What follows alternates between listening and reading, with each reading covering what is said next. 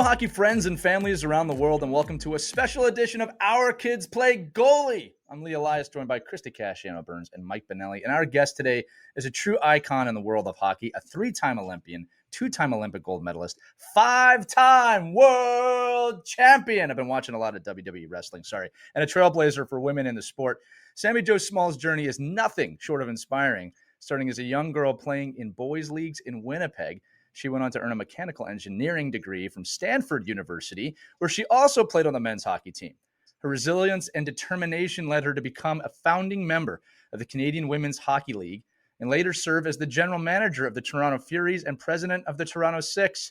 Beyond the rink, Sami Jo is a renowned motivational speaker and author of the memoir, The Role I Played, offering insights into the dynamics of elite teams and the importance of every role within them. We're thrilled to have Sami Jo with us today to share her experiences, lessons, and advice for young goalies and young players and young families and young coaches. Sami, welcome to Our Kids Play Goalie. Well, thanks so much. I love that intro. Thank you so much. I appreciate it. It's so great to be here with you all. It's great to have. Look, we try and bring the energy, and I'll tell you, like, anytime I get to read an intro of world champion, Olympic champion, it makes my job easy. I'll tell you that. But it also speaks to the prestigiousness of the career and the journey that you've had. And really, when we try and deliver for the listeners here, your experience, right, and the other guests too, it really helps pave that road for the journey of youth hockey. And we always say there's no direct path, right? But we can learn from everybody else's path. So that's what we're trying to do here. I want to take us back here, Sami, all the way back to your early days. Let's start there in Winnipeg. What drew you to goalie, and how did your experience in boys' leagues shape your development? Yeah, I'm a longtime listener, first-time caller, so excited to be here and tell my journey. But I've listened to a lot of the other ones talk about their journeys when they first started playing. I love that you've had a lot of my teammates on here, and I love hearing the origin stories. So my origin story, I think, is like a lot of women of my age bracket. I'm almost 50. So when I was growing up here in Ontario, where I live now, there was girls hockey. So some girls that were of my age that played, they were able to do that. But when I was growing up in Winnipeg, that didn't exist. So I never saw another girl play, in fact, until I was probably in my mid-teens. Wow. So as a little girl, I followed in my brother's footsteps. He played road hockey. That was kind of how I first was initiated into the sport. And the game happened in front of our house. So I would often... my brother would rush home from school and throw his backpack in the house, and then he would rush down to the street hockey game. And I just so badly wanted to be part of that. I wanted to be part of the big boys in the neighborhood, and it just looked like so much fun. So I think my brother initially was clearly very reluctant. I mean, who wants to have their little sibling, let alone their little sister, come to play with them and their buddies? But eventually he gave in, or I don't know if my parents just got mad at him and he was forced to, but they stuck me in net. That's kind of, I feel like a lot of the girls of my age group, that's what happened, is we were forced to be goalies. I fell in love with goaltending right away. I think I always wanted to be the goalie. In fact, my very first pair of pads, my mom helped me make them out of her old pair of corduroys. Wow. That we just stuffed with stuffing. And I loved making my own masks. We didn't really have helmets back then, but I'd make them out of wire and cardboard. So I love the construction. I think that's what eventually led me to being an engineer. But my parents didn't allow me to play real ice hockey as a goalie initially, but they did agree to register me as a player. They didn't know their background is not really in hockey. And so they didn't know that it was really unacceptable for girls to play hockey. So when we went down to my local community center, they registered me very innocently because they're registering their son for hockey. And there was a lot of, I think, naivete on their part. And there was a lot when I went to my first practice. I was playing on the outdoor rinks in Winnipeg with all these guys that I'd played street hockey with. So for me, it was totally normal. But I think my parents were kind of waiting for the other little girls to show up. Like, where are all these other little girls? And it really wasn't until the parents kind of asked my parents about, well, why is she out there? Girls can't play hockey. And my parents very innocently were like, but why? That I think the best answer they got was, well, your daughter, she can't play in the NHL. My parents were like, your son is 5 and he can't play in the NHL either. So what's the matter, right? For them. Right. Good for And them. I think that's where my love, Wow. I fell in love with it, just on those outdoor rinks in Winnipeg, and just being, I say one of the guys, but really just part of the game. Right. Just I fell in love with play, and it wasn't goaltending. It wasn't hockey specifically. It was just play. It could have been any sport. I could have been in any country. I think I just wanted to compete. I wanted to be out there, and I just wanted to be around others that were doing that as well.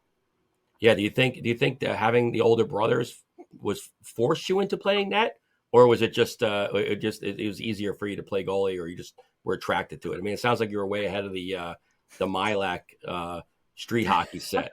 So way before that. Yeah, that's a good question. I've thought about that a lot. Like, if I had not joined a group of older boys, would I have been forced to go in net, and would I have fallen in love with it? I'm not sure, but I was that kid that was jumping up and down on my bed, doing the moves that I saw on Hockey Night in Canada.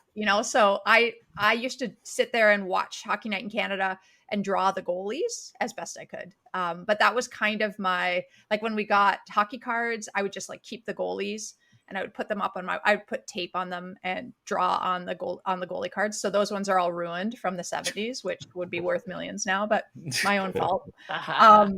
It worked out, Sammy. I'm just saying, it worked out okay. I mean, something about the position, something about the equipment. Like, I was really drawn to the equipment. But I also think, being the only girl, it allowed me to be a part of the game with realizing I was very different. Right. So it allowed me to play. It kind of gave it an okay for the boys to allow me to play, because now they had a goalie. And so then I automatically got this support system. And I think that just became intertwined. But Mike, I don't really know to your answer. I mean, I loved a lot of other sports where I played out. I wasn't always the goalie in other sports. I played soccer. I played water polo. I played team handball. I wasn't the goalie in those other sports. So I don't know what it was about hockey goaltending, but yeah, maybe forced, voluntold, maybe. Sammy, did you always feel like you had to prove yourself? Was there a lot more pressure on you? Because being a goalie, there's a ton of pressure. It's inherent in the position. And now you're a girl in a league that's mostly filled with boys playing. I can't imagine the resilience you must have had. I think you're so right, Christy, that I don't think I saw it because it was my life, right? I don't think I realized just how different I was. I had parents that were super supportive of what I was doing. And so they encouraged me to do what I loved. And I didn't really realize that what I was doing was so different.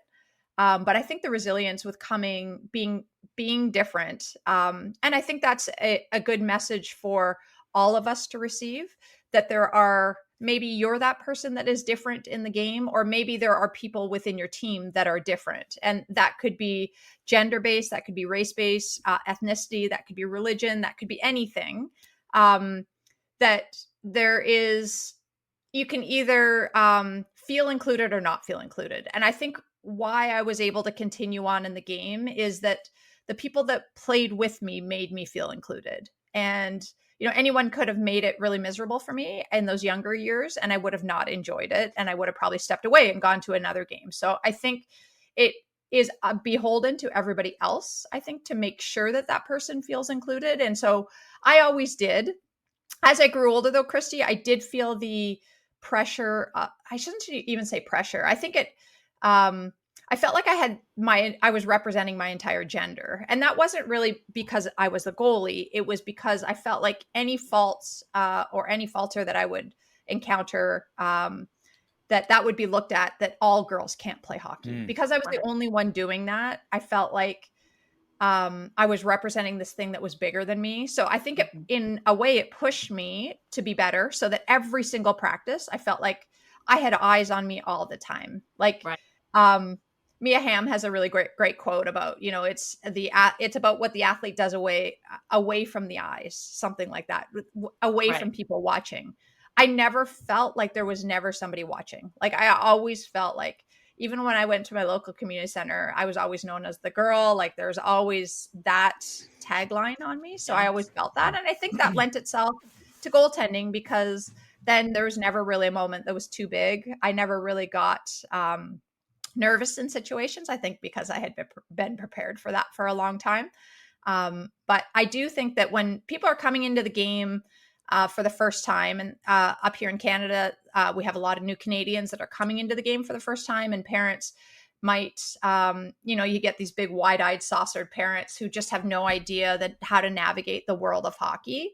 And I think it's up to all of us, all the rest of us, to make sure that those people feel included and feel like they have help navigating this. And for the kids that are coming in to it for the first time, they might be the first ones in their entire family that have ever played this sport.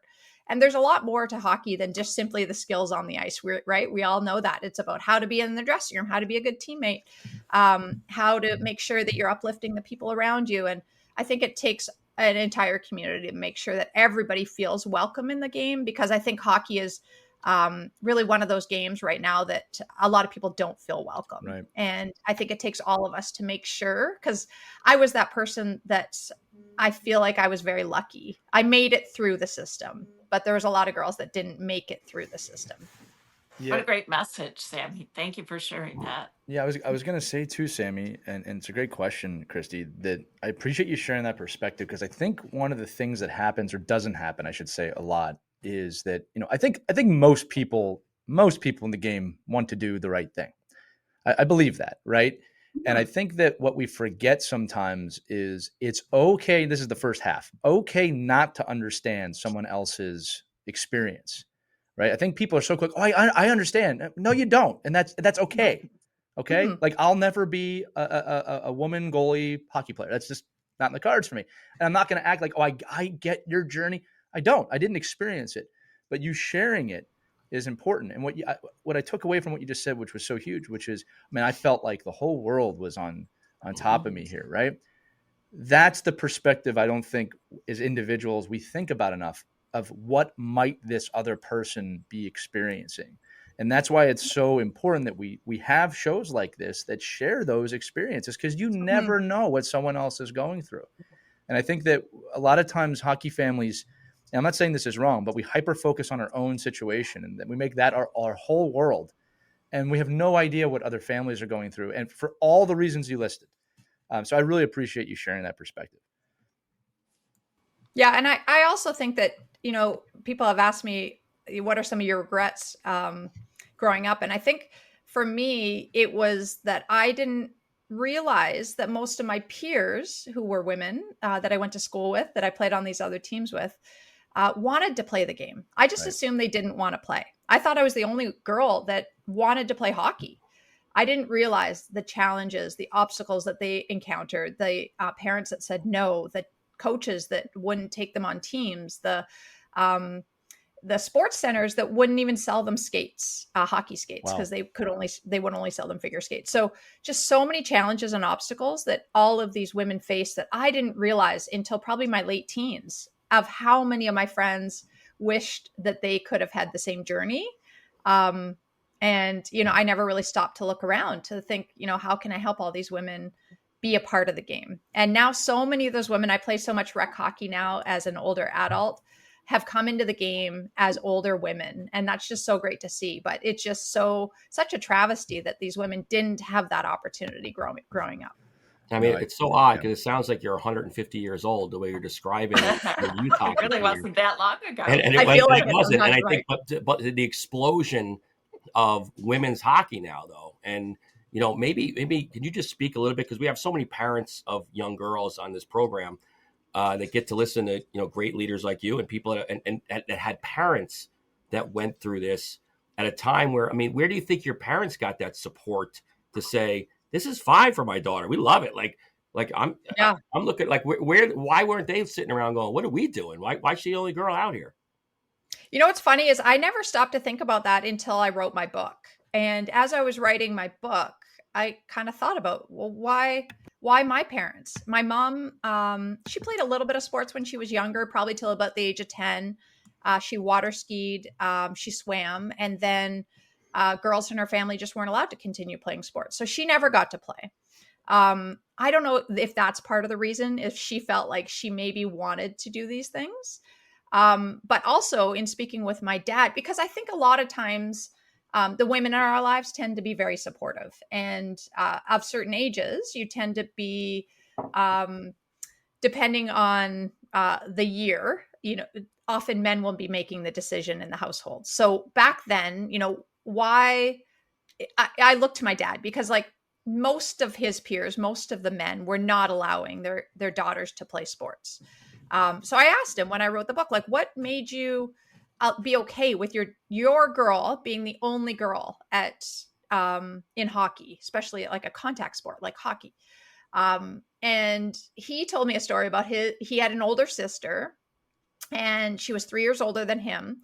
And when they were little and they played kickball, or they played stickball outside, or they played his sister was the best at all of these sports. And his sister was never allowed to keep playing at the local community center. She'd basically beat the boys in the neighborhood parks, but she couldn't be on any of the teams.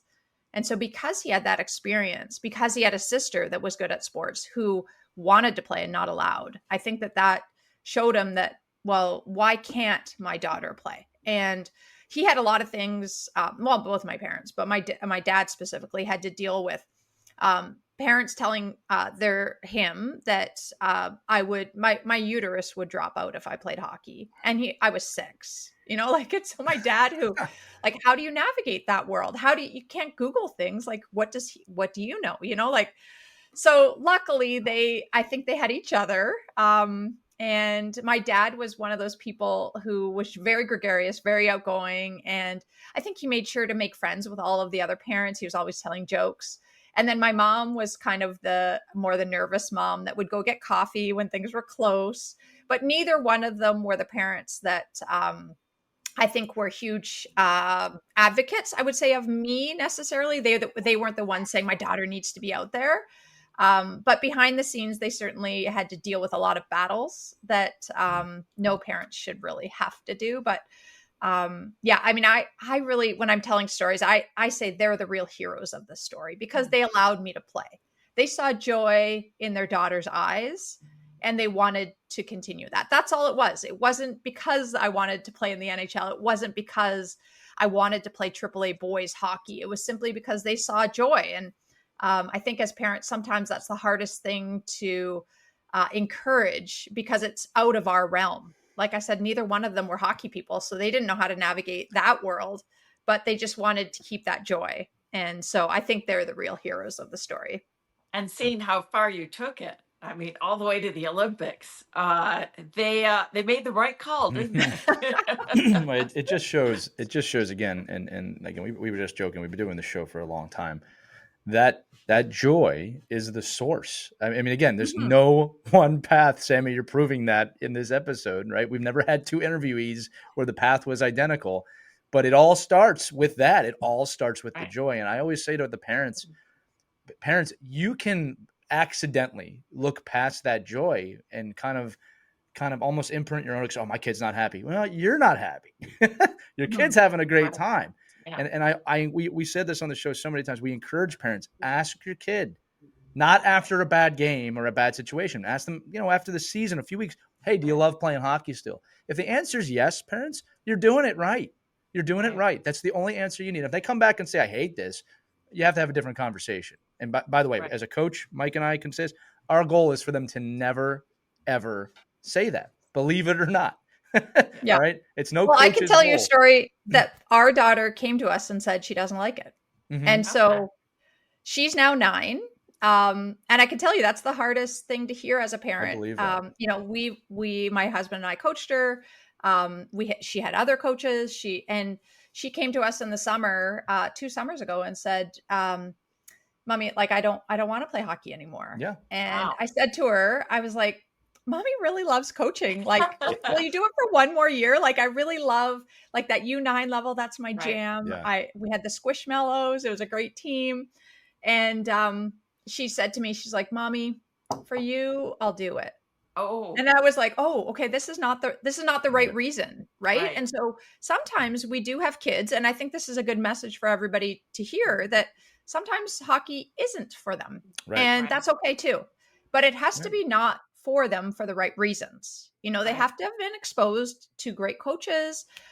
We had some really great environments that she was in. And you could just tell when she was doing drills, like she didn't necessarily want to be first. She didn't want to be first to the puck. And we have since learned that she doesn't like anything where other people lose. And so she likes things like rock climbing, where you get to explore the wall and you get to be outside and you get to do those kind of things. So you have to find what your kids love, and they can't always love what you love. And that's okay. You know, I think of my parents, they probably would have loved to have a daughter like this. Right. But with all, that's got to be tough for you, really, because of your background, all your Totally. experiences, and so much that you can help and guide her and navigate this crazy world, right? So, Totally. how did you deal with that?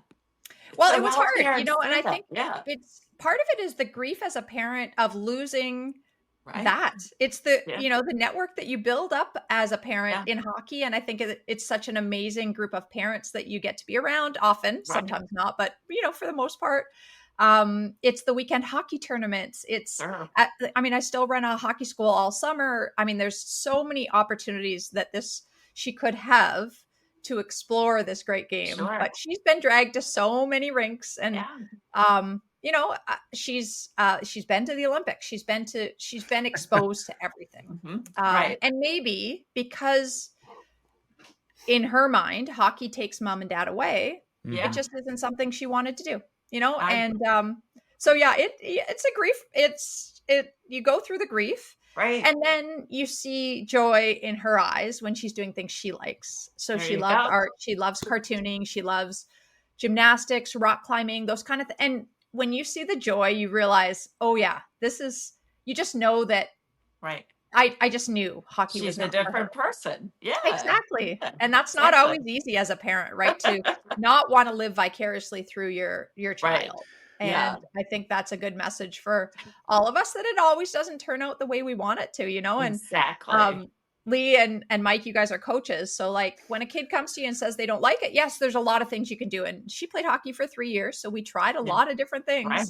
Yeah. At the end of the day, sometimes it's just not for every kid. Yeah. Well, and I'll say this as a coach, there's a huge difference between a kid just generally not enjoying it or wanting to do it and not wanting to play because of a coach or because of another person. Or because of a bad game, or because Right. of Right. Or they just might not like the experience. Well, and that's why when not? that's okay too. It's funny. She loved the dressing room before. She loved Yeah. the dressing room after. She loved the cheerleading from the bench. Sure.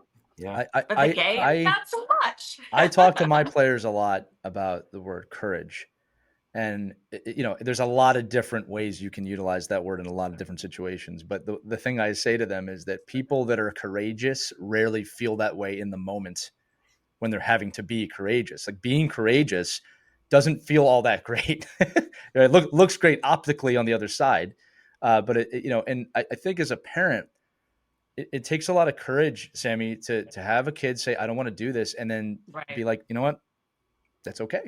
All right. I just want you to be happy. And it took a lot of courage for her to say it to me. Right. And I think she had probably said it multiple times prior, and she, and I wasn't hearing it. Right. I just wasn't hearing it from her eyes and from her vantage point. Yeah. So, it's, it has opened up my husband and our eyes to many different things. We're still really involved in the game.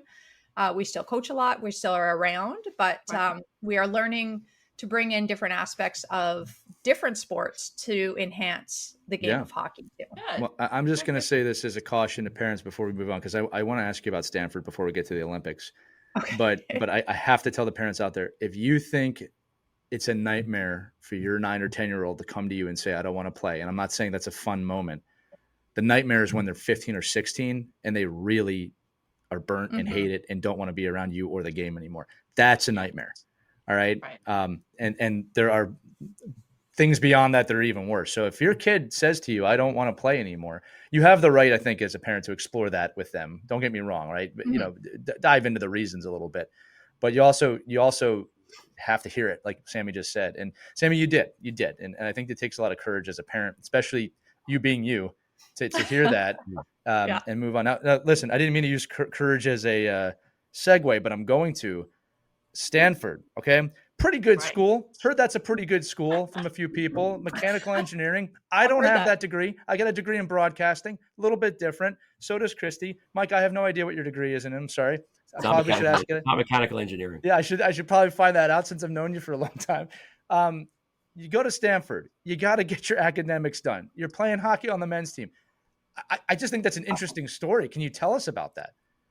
For sure. So it sounds a lot better than it is. Let's just put that on the cards right there. I was very academically driven, I would say, because my parents always had these rules about us playing sports that we had to get our homework done. If my brother and I always played multiple sports, so we weren't just involved in one. My brother and I swam from a very young age, and swimming becomes very intensive around the age of 10. And so at the age of 10, my parents said to both of my brother and I, you can either swim or play hockey, but you can't do both. There's just not enough time. Right. So he chose the swimming route, did a lot of sports with that. I chose the hockey route, also played all the school sports that were available to me. So did volleyball and basketball and badminton, played water polo, team handball. But the one that I really loved was track and field. And I became a thrower, a discus and javelin thrower. Wow. I think it was suited to my body type because I was a strong girl from hockey.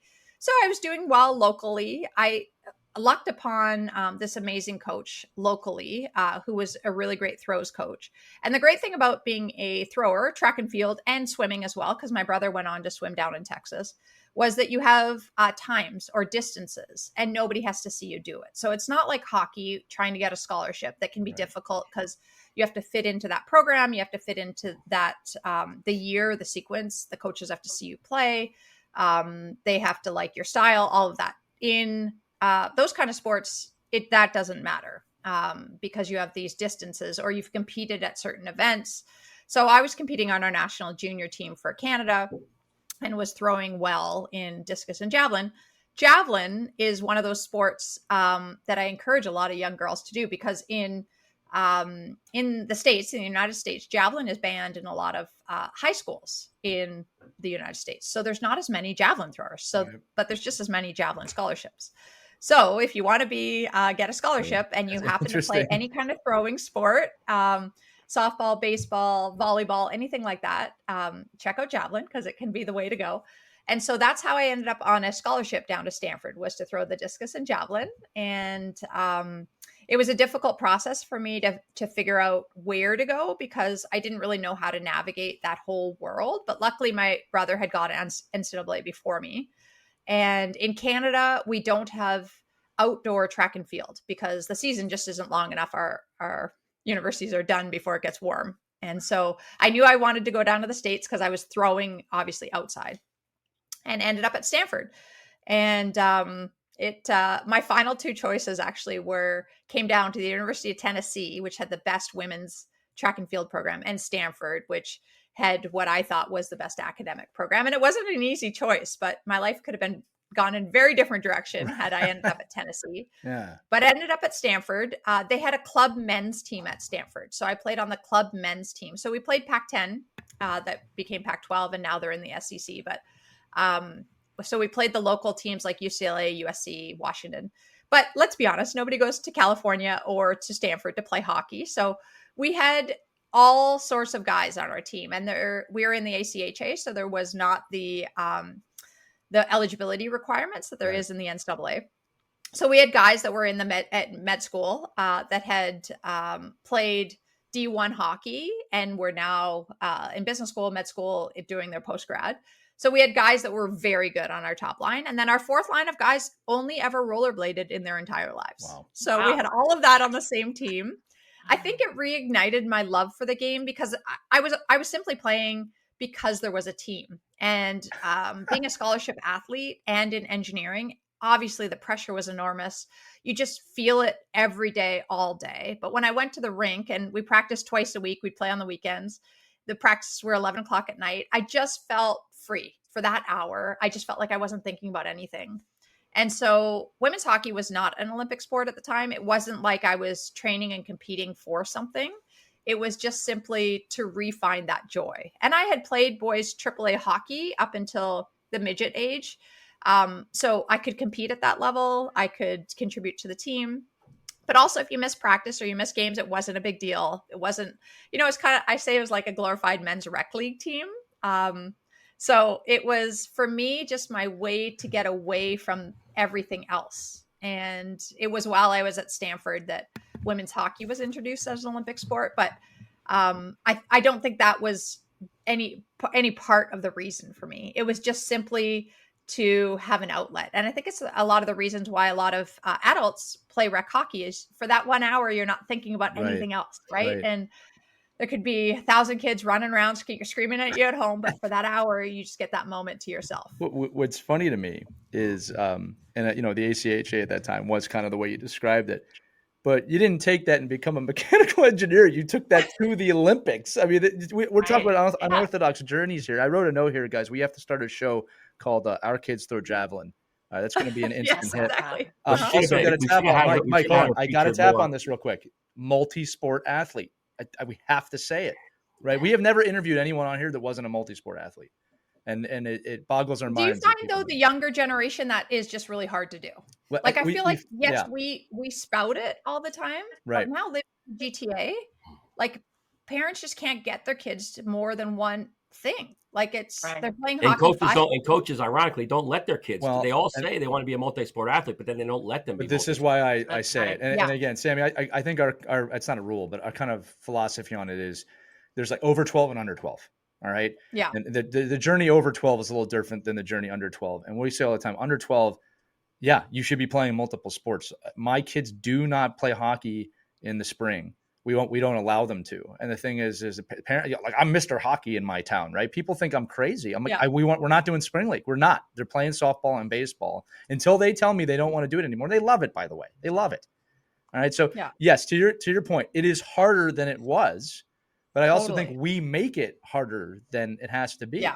And again, I still don't know too many NHL, PWHL, Olympic level athletes that played just hockey. That's it. Nothing else. So I think that's just part of the recipe. To your point, totally could have another conversation about how hard that is to do. But if we don't get into your Olympic journey, the audience will find me. Yeah. Right? Christy's going to be gone. And Christy's going to be gone. So, yeah, right? How'd you get on the radar? Oh, how did I get on the radar for Team Canada? For Olympics.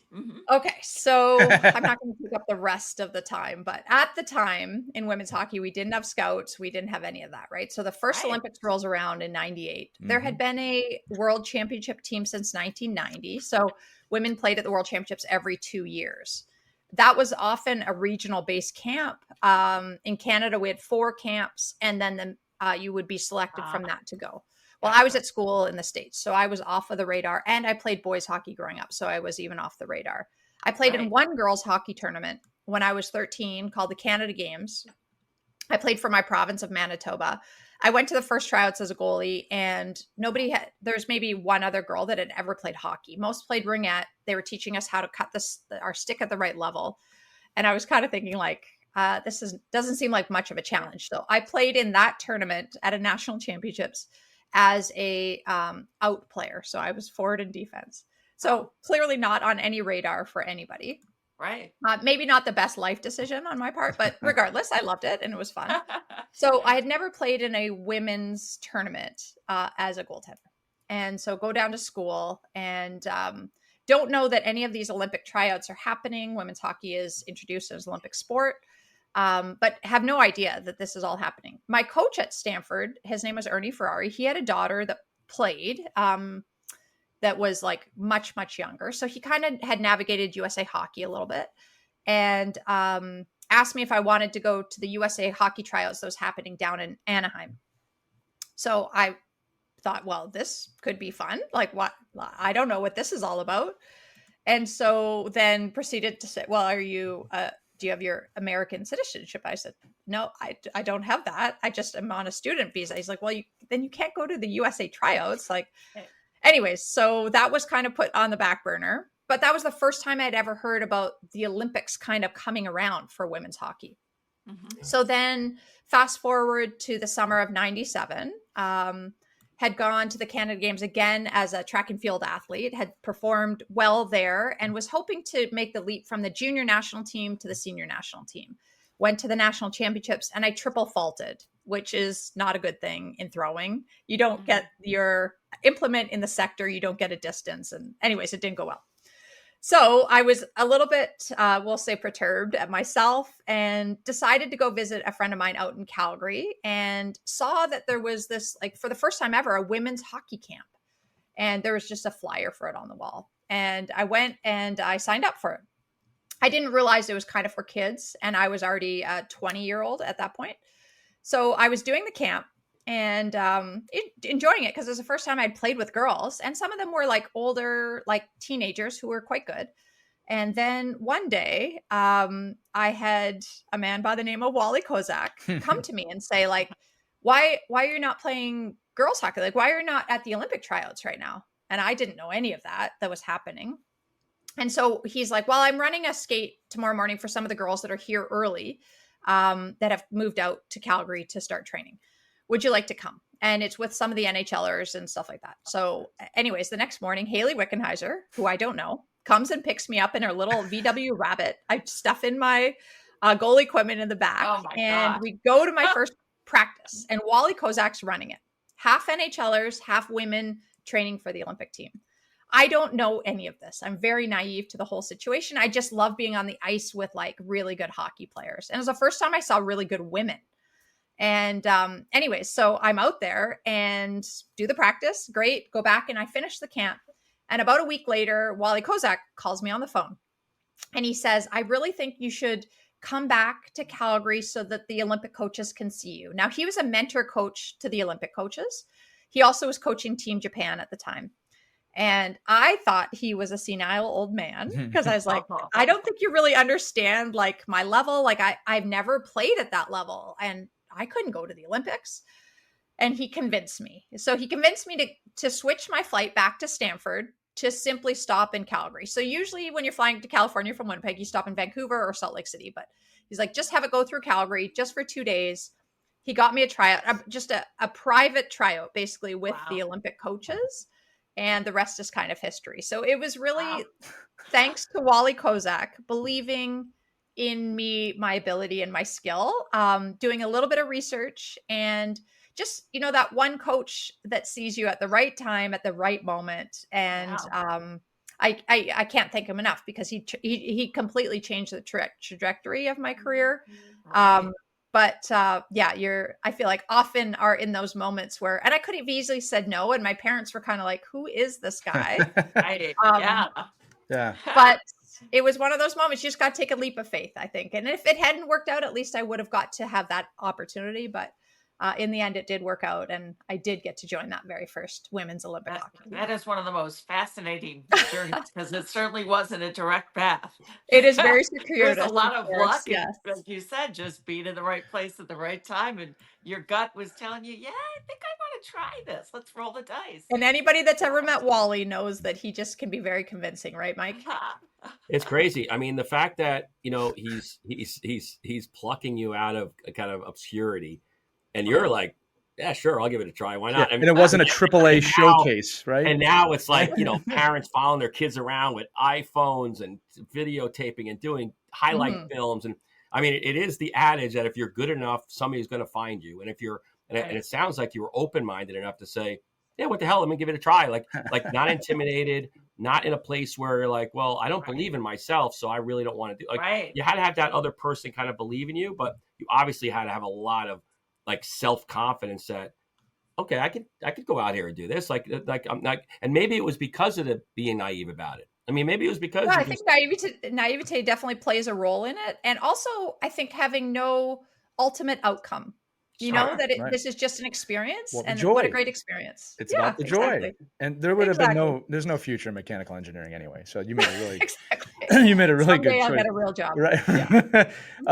Sam, I want to ask this too, in your memoir, The Role I Played. Everybody should check that out. You discuss the importance of the team and every team member, regardless of their position. And I love that coming from a goaltender. Can you elaborate on roles, both in net, out of the net, and how real championship teams have an understanding of this concept, because I think, especially in youth hockey, we don't teach this enough, and it can be taught. It can be. Yeah. And I'd love to hear your thoughts on that.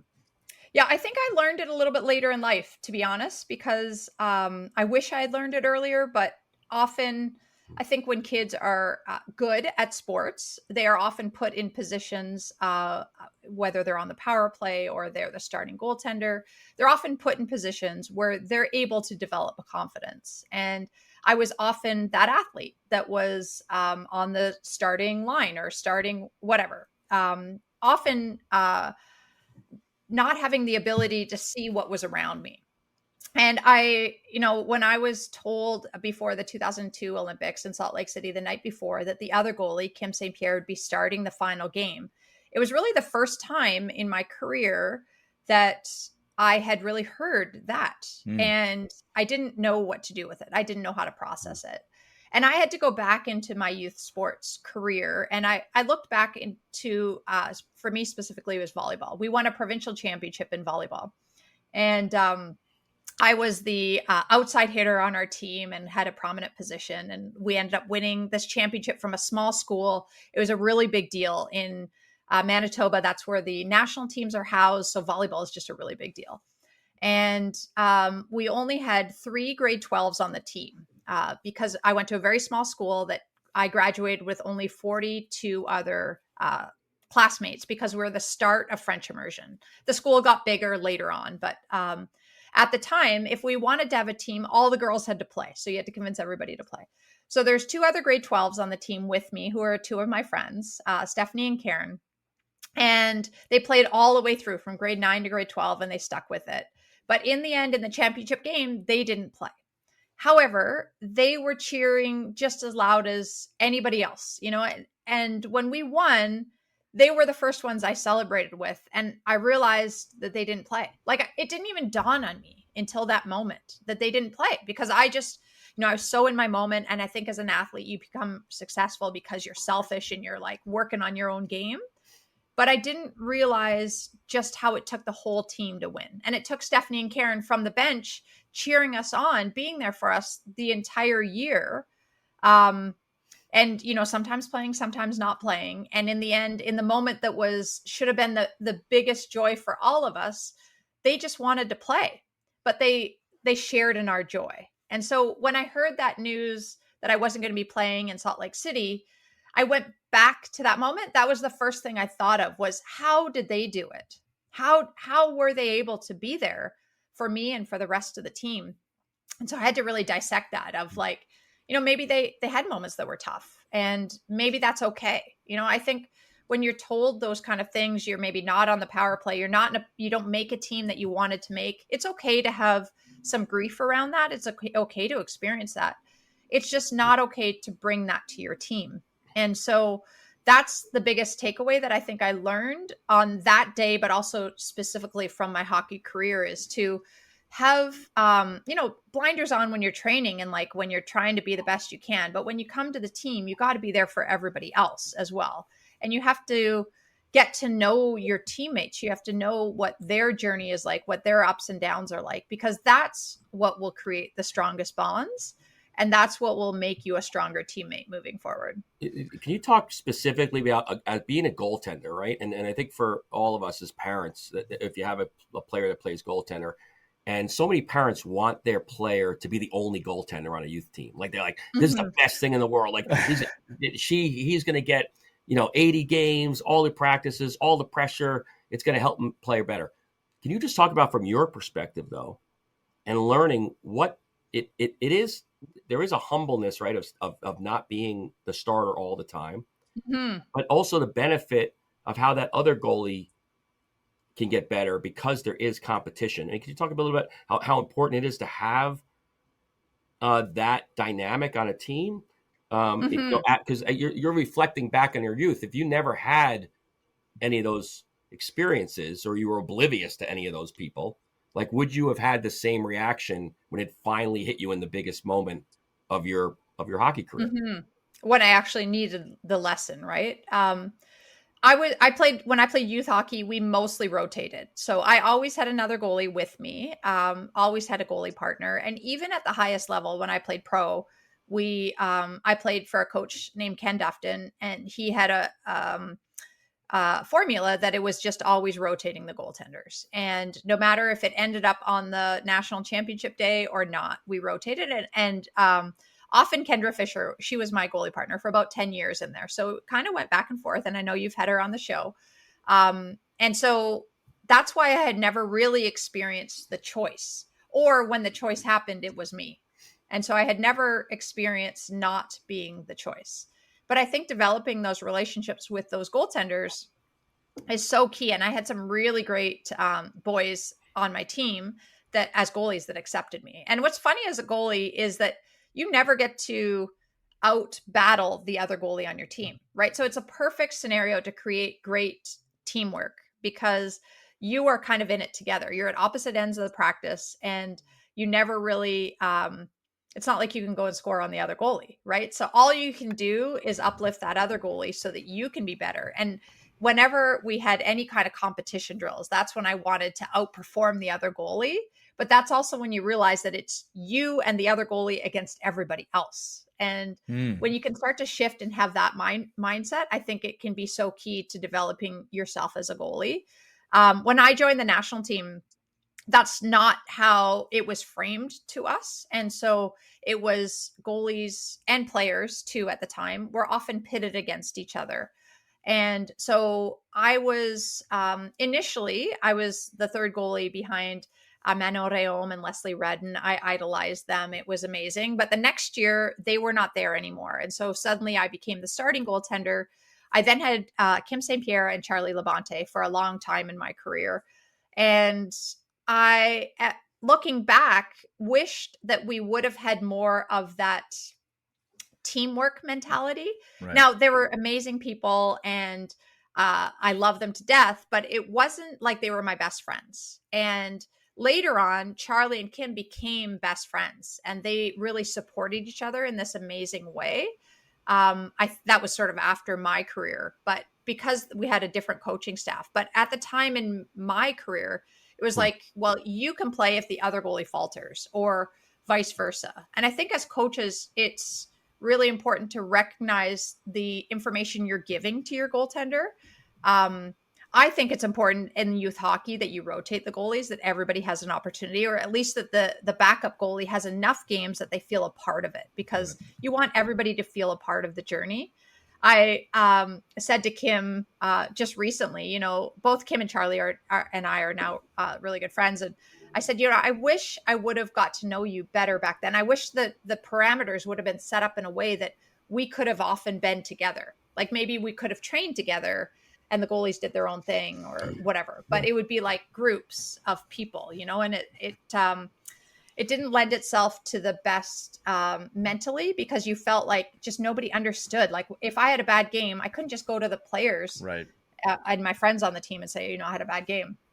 I wish I could have had Charlie and Kim, and I didn't necessarily, we didn't have that relationship. And I wish that we would have. We now post-career have that relationship, but it just wasn't set up in that way. However, when I first won my first world championship, Kim was the backup goalie at the time. And I can remember going to her and knowing that I wanted her, I knew that she was told that she wasn't going to get to play.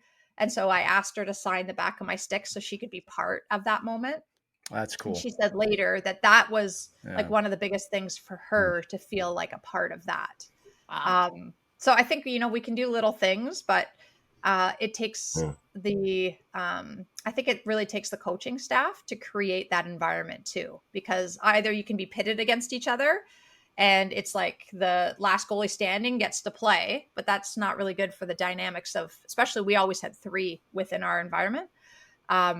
Rather than, it's the goalies against the world. I think that if you can create that dynamic where the goalies are working together and helping each other and you're learning. And I learned so much in my career from Kim and Charlie, just watching them, because they came in with this amazing techniques. They were both Francophone goaltending students that had learned so much. I didn't even know how to butterfly. So I really owe my career to them. But yeah, I wish looking back that we had a different relationship. because I had that on my club teams.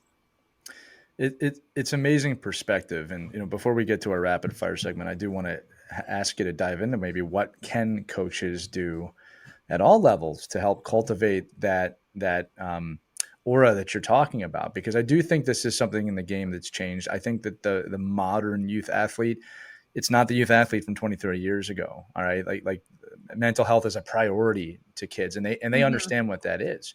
So what do you think coaches can do, really at any level, Sami, to incorporate some of this team first mentality, role first mentality, and that, iron sharpens iron, not you have to use your iron to swipe at someone? Yeah. So great question. And I've thought a lot about this over the years. Like, what could they have done differently? Little things like sitting the goalies together in a room goes a long way, because you're coming off the ice and you're, turning to that person who is not playing and asking, oh, what did you see on that situation? Right. Or what happened there? So little things like that. We never sat near each other. There was always you're in different quadrants of the room. Having games where, when you're playing small area games, where the goalies get points for things, but they get the points together, so that they are working as a team together. I think that can go a long way. And then as the goalies get older and you're doing video and feedback with them, doing it together so that you can dissect the other goalie and you can learn from each other, and you can have that open, frank conversation with them, so that when you're in the game and you're down by a goal and you're the backup goalie not playing, you feel comfortable saying to the other goalie, okay, when you're playing the puck, there's somebody right on you. You need to feel comfortable as a backup goalie, because often as a backup goalie, you feel like, should I say anything? I don't know if I should. But you need to develop that teamwork mentality as coaches before they get into that situation, because then as coaches, you don't have to worry about it as much. There's another goalie they can have that conversation with, especially when there's no goalie coach there that day. So I think as coaches, we can set up the parameters that allow that to happen more. And nobody understands really what the goalie is going through except for that other goalie. Right. So the last thing you want is for them to not feel comfortable in that situation, or feel like one was chosen, one was not chosen. I think the biggest mentality as a goalie is knowing that when you're not chosen, that your time will come. But for that time, the chosen role that you have is the backup role. And that is a role in and of itself. So how do I play this to the best of my ability? And so changing your mindset to, it's not that I didn't get chosen to play, it's that I got chosen to be the backup today. And how can I do this to the best of my ability and make a difference in this role? Sami, that's a tremendous answer. I'm not going to lie to you. This time went by way too fast. This show could keep going for a while, but we have to get to our rapid fire round, which, okay. Christy, I know you love this. Mike, I know you're a fan as well. Who wants to go first? I'm going to let Christy go. Okay. He likes to. Okay, so do I need to also have rapid answers? Because I'm not often very succinct. Christy goes, yes. Yeah. I will be succinct. Okay. It'll be fun. I think the first question is, what advice would you give, right? Best advice, best advice you've ever received. All right, best advice you have ever received. Go, Sami. Best advice I have ever received is... As a goaltender. As a goalie, yeah, I wish I could be faster with this. Best advice. All right. I don't, be okay with being bad at something. There you go. That's a good answer. You'll learn. Yeah. Well, I'm bad at asking questions, so I'm going to be good at this one. The favorite, because you played everywhere. I mean, it's wild. The favorite arena you've played in, not broadcasting, or I'd like to hear that too, though. So mine's a two-part. Your favorite arena you've played in, and your favorite arena you've done a broadcast out from.